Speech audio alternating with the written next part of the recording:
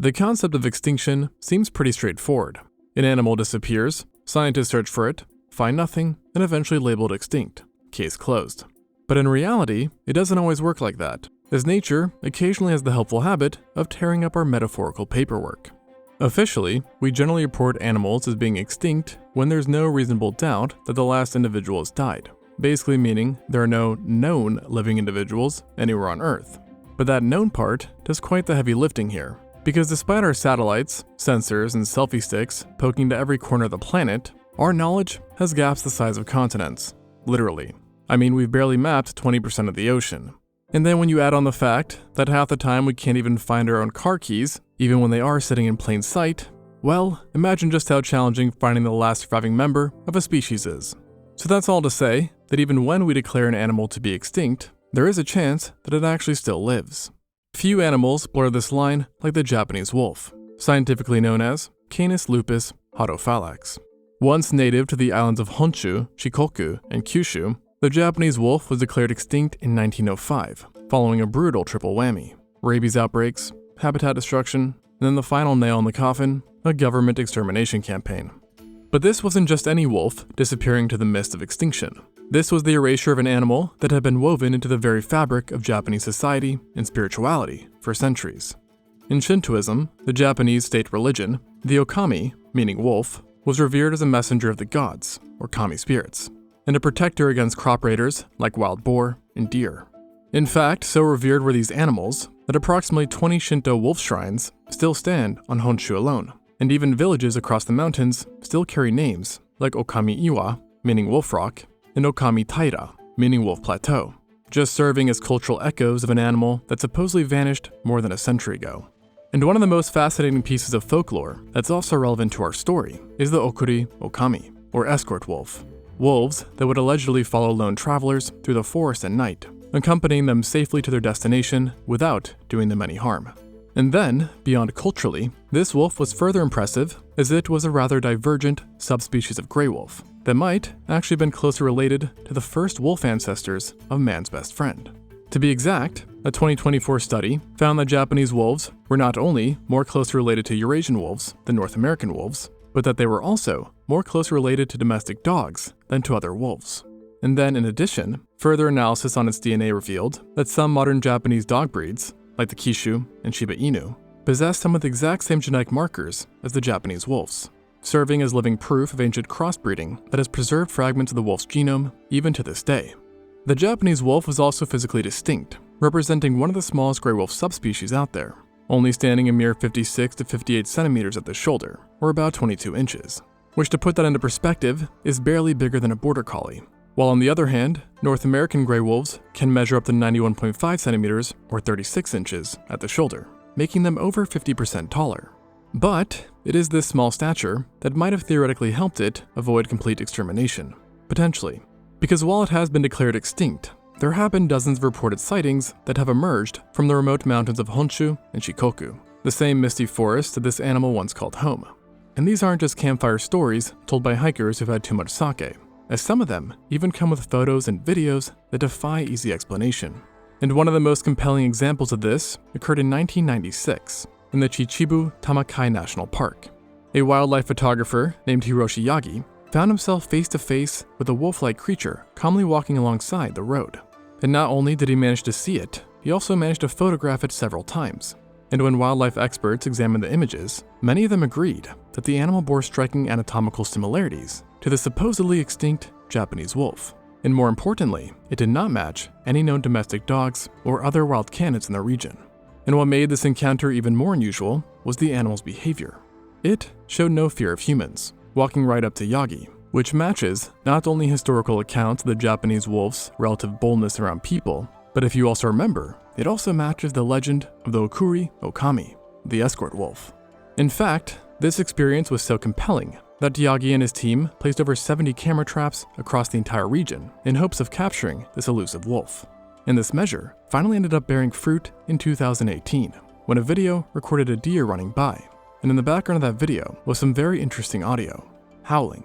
And yes, howling itself is not indicative of even a wolf, let alone a presumed extinct one, but the howling was analyzed by zoologists, who concluded that not only did these sounds not match domestic dogs, but rather that they sounded eerily similar to another subspecies of gray wolf, the eastern wolf, which is a North American wolf, and thus obviously does not inhabit Japan. However, despite all these tantalizing clues, I will say that significant doubt still persists among experts, with historical records showing that Japanese wolves typically traveled in small packs, yet most reported sightings are of solitary individuals. And more critically, the wolf's primary habitat, deciduous forests, composed largely of Japanese beech, has been dramatically altered, with over 40% of these forests having been logged following World War II.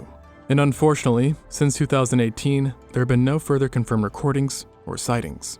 But considering that potential evidence has extended up until 2018, more than 100 years after its declared extinction, this does point to at least the possibility that the Japanese wolf still might be prowling these misty mountains.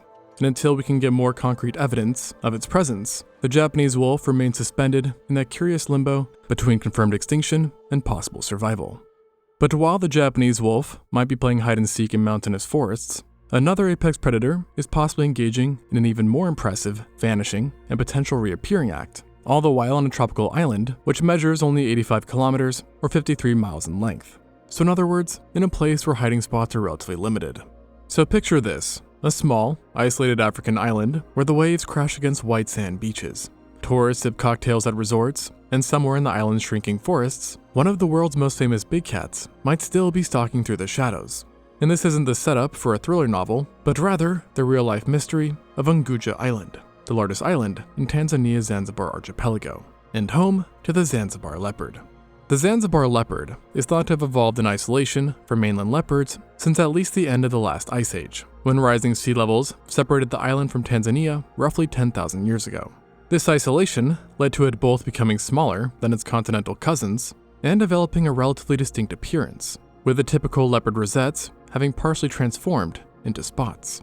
And yet, despite its isolation and odd appearance, it's actually not as genetically distinct as one would think, being less divergent than other leopard subspecies which are in mainland Africa. But nevertheless, it had called this island home for over 10,000 years. But in the 1990s, the Zanzibar leopard was declared extinct. But unlike many extinction stories involving habitat loss or hunting for fur, this wasn't a case of gradual decline, but rather a systematic eradication fueled by something far more primal: fear and superstition. You see, these animals weren't just feared as predators, they were demonized with the widespread belief that they were products of witchcraft. And according to deeply entrenched local beliefs, these leopards weren't just wild animals, but were rather kept and trained by witches to harass or harm villagers. And farmers especially embraced these ideas as explanations for why leopards appeared around their farms, with this, in their minds, not being just animal behavior, but rather malevolent witchcraft manifested in feline form. And with the growth of both agriculture and population in the region throughout the 20th century, this conflict only became worse. And what began as isolated incidents of farmers killing leopards snowballed into something much larger and darker, reaching its climax in 1964, when authorities launched an island-wide anti-witchcraft campaign that specifically targeted the Zanzibar leopard. And unsurprisingly, what better way to catch witches and their evil companions than hiring a witch finder? And yes, I'm not joking, this was the leader of the island-wide extermination campaign. And unfortunately for our feline friend, this supernatural reputation proved too much, with these campaigns, and the general attitude towards them, pushing them to the brink of extinction. And by the late 1990s, wildlife officials reluctantly declared the species likely eradicated from the island. But thankfully, nature seemed to have some differing opinions, as despite the official extinction declaration, sightings of leopards never completely stopped, with local villagers reporting encounters throughout the supposed extinction period. And then in the early 2000s, leopard scat, or feces, was found, potential gold for wildlife biologists who were seeking DNA evidence of its continued survival. But of course, in a cruel twist of fate, the samples were lost before they could be analyzed. However, in 2018, a very interesting discovery was made when a documentary crew from Animal Planet captured footage of what appeared to be a leopard on a camera trap. And this wasn't just some blurry figure in the distance, as the footage very clearly showed that it was a leopard. And so this was obviously big news, because if accurate, it could be proof of a surviving Zanzibar leopard population. The only problem is, though, that experts remain divided on whether it was truly the native Zanzibar subspecies, or potentially a mainland African leopard that was somehow introduced to the island. So honestly, the verdict is still out. But signs do seem to be pointing in a rather optimistic direction. And if it has survived, that would be a true testament of persistence, not only surviving a near-century-long extermination campaign, fueled, mind you, by supernatural fear, but also doing so on a tiny island as an apex predator. Not bad. But sometimes, an animal doesn't just go extinct. It transcends into legend. And such is the case with the Camphophilus principalis, also known as the ivory-billed woodpecker, a bird so magnificent it earned the nickname the Lord God bird. And why, you ask? Well, because when people spotted one, their first reaction was reportedly to exclaim, "Lord God, what a bird!" A little cheesy, but true. Once the largest woodpecker in North America, it inhabited the bottomland hardwood forests of the southeastern United States. And at roughly 20 inches long, with a wingspan of nearly 3 feet, this was no ordinary backyard woodpecker, being essentially the T-Rex of the woodpecker world. It had a massive ivory-colored bill, hence the name, which it would use to literally tear chunks of bark off trees like you would peel an orange. And this wasn't just for show, as its formidable bill allowed it to access beetle larvae tunnels that no other birds in its range could reach, giving it essentially a monopoly on a very high-protein food source. It also had very striking black and white plumage that, combined with its ivory bill and size, made it quite unmistakable and very recognizable. Well, recognizable until it wasn't, mainly because it wasn't there anymore.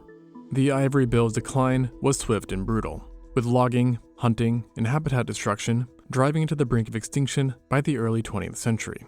But it was still alive, and in 1907, President Theodore Roosevelt himself reported seeing 3 of these birds during a bear hunting trip in Louisiana, a presidential endorsement which sadly did not save the species. By the 1920s, some ornithologists already thought they were long gone. However, they did manage to persevere for a bit longer, and a team managed to find a very small population of them in a little area within an old-growth forest in Louisiana, which was called Singer Tract. This was the last group of ivory-billed woodpeckers ever found in the US. And unfortunately, this old-growth forest was owned by 2 different logging companies, which were bent on cutting it down. But in an act of desperation, a nonprofit known as the National Audubon Society made a remarkable bid to buy the logging rights so that these birds could live. However, in typical human fashion, the bid was rejected, and the forest logged until destruction. And the last universally accepted sighting in the US occurred in this very tract in 1944, when artist Don Eckelberry documented a lone female in the remnants of this once proud forest, which was now on its very last legs. And for the next 6 decades, this bird existed somewhat in a scientific limbo, neither conclusively extinct nor definitively alive, with sightings sometimes being reported, but often turning out to be the similar pileated woodpecker. However, there was a number of compelling finds, including potential photographs, as well as even feathers that were conclusively found to be from the ivory-billed woodpecker. But then, in 2004, something crazy happened. A 4-second video was recorded that seemingly showed a large woodpecker with the exact same field markings as the ivory-billed woodpecker. And the footage was so convincing that a paper was even published on it, claiming that it was in fact our extinct friend.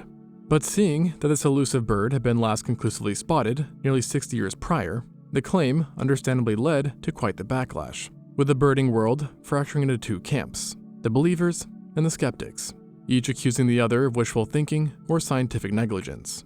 And a number of researchers published oppositional papers going head-to-head against the believers, saying that this was not the ivory-billed woodpecker, and rather the pileated one. And the controversy wasn't just academic, it also had real-world consequences.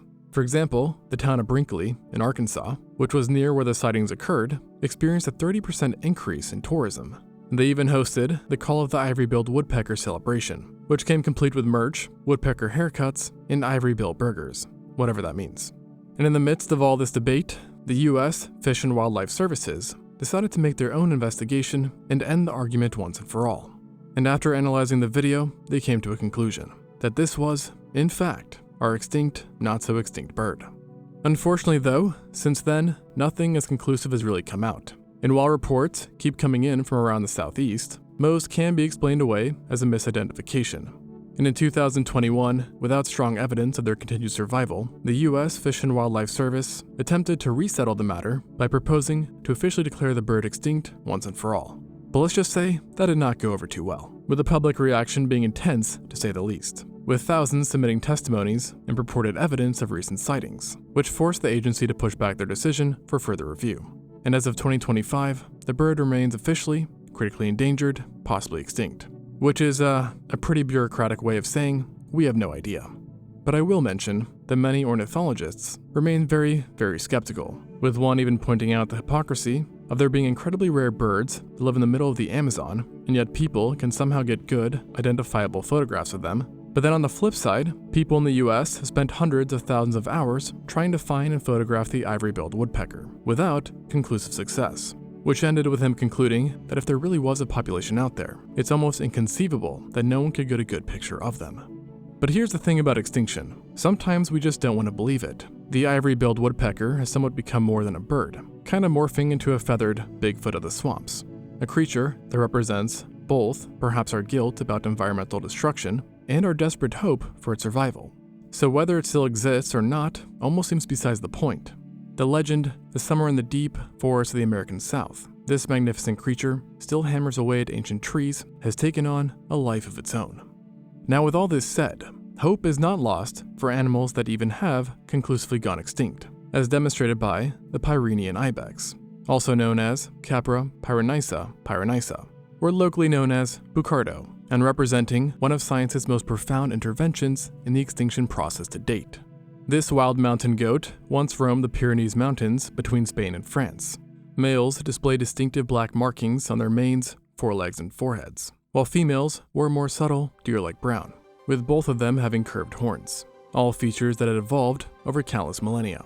But by the 20th century, relentless hunting and competition with domestic livestock had reduced their numbers dramatically, from thousands of individuals roaming freely across the mountains to a population that never exceeded 40 by 1910, and all confined to a small corner of Spain's Ordesa National Park.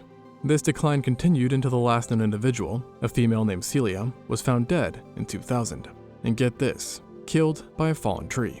It was a comically tragic end for an entire subspecies, one moment peacefully grazing, the next becoming the final entry in an evolutionary line millions of years old. And to make matters worse, the Portuguese ibex, a related subspecies, had already disappeared a century earlier, making the loss of the Pyrenean ibex just that much more tragic. But as it turns out, Celia's death wasn't actually the end, as scientists had collected tissue samples before she had died, and thus preserving her genetic material. And in a groundbreaking experiment, researchers attempted something previously confined to science fiction, bringing an extinct species back to life through cloning. Using nuclear transfer techniques, they placed Celia's DNA into a goat egg cell whose own nuclei had been removed. And this was not an easy procedure, as out of the 285 reconstructed embryos, only 54 of them were viable enough to transfer into surrogate mothers. And of those 54, only a single one developed a term. And on July 30th, 2023, a cloned Pyrenean ibex was born, marking the first extinct animal ever resurrected through human technology. And for one brief moment, extinction had been reversed. But unfortunately, the triumph was tragically short-lived, as the newborn ibex died minutes after birth due to severe lung defects, a common problem in early cloning attempts. But nevertheless, this marked a profound milestone in scientific history, the first de-extinction event ever, and also making the Pyrenean ibex the only species to have gone extinct twice. Maybe not the best accomplishment, but it did set the precedent that what's gone can come back. And perhaps with more companies, like Colossal Bioscience, making some headway there, even though that's not exactly the same process, we might be able to expect the real de-extinction of long-gone animals. But as our other stories prove, sometimes what we call extinction is just nature's way of saying, you weren't looking hard enough.